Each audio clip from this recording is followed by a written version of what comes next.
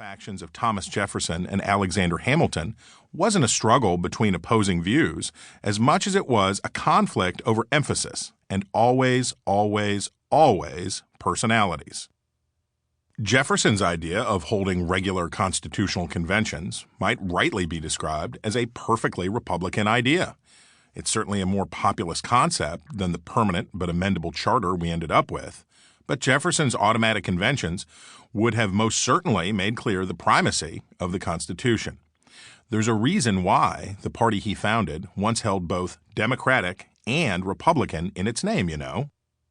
Similarly, Hamilton owes his 21st century vogue not to his sometimes breathtakingly elitist attitudes, like a non-hereditary kingship, but to his embrace of a culture of upward mobility and his vision of an activist, technocratic federal government.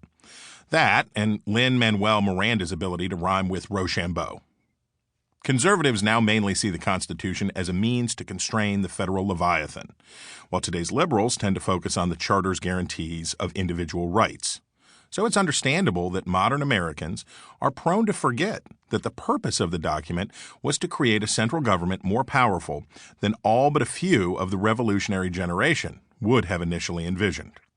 We believe now, as they did in the summer of 1787, that rightful government aims to produce the proper balance between freedom and order, so that people are free to achieve their fullest potential.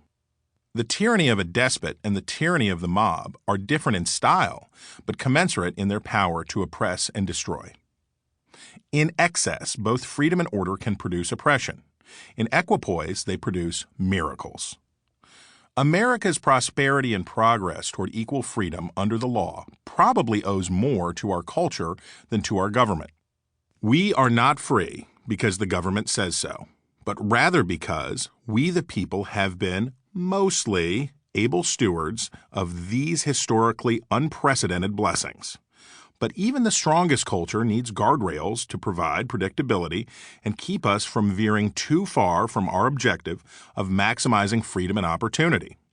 When our culture and government are both healthy, their traits are complementary. But when either proves deficient, they can help prop each other up and help correct the maladies in one another.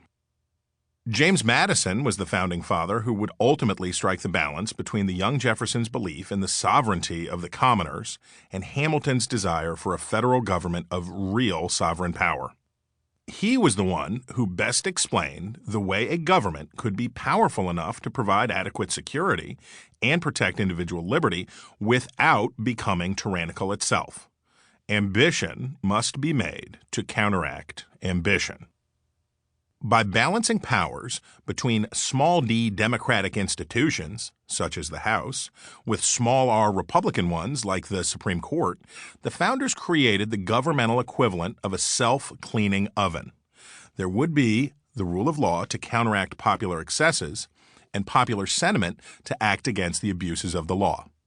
The opponents of the Constitution, the Anti-Federalists, considered the argument a betrayal of the revolutionary spirit.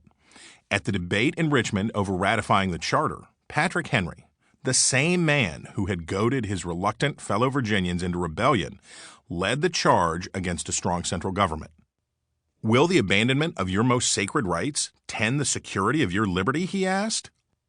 Liberty, the greatest of all earthly blessings. Give us that precious jewel, and you may take everything else.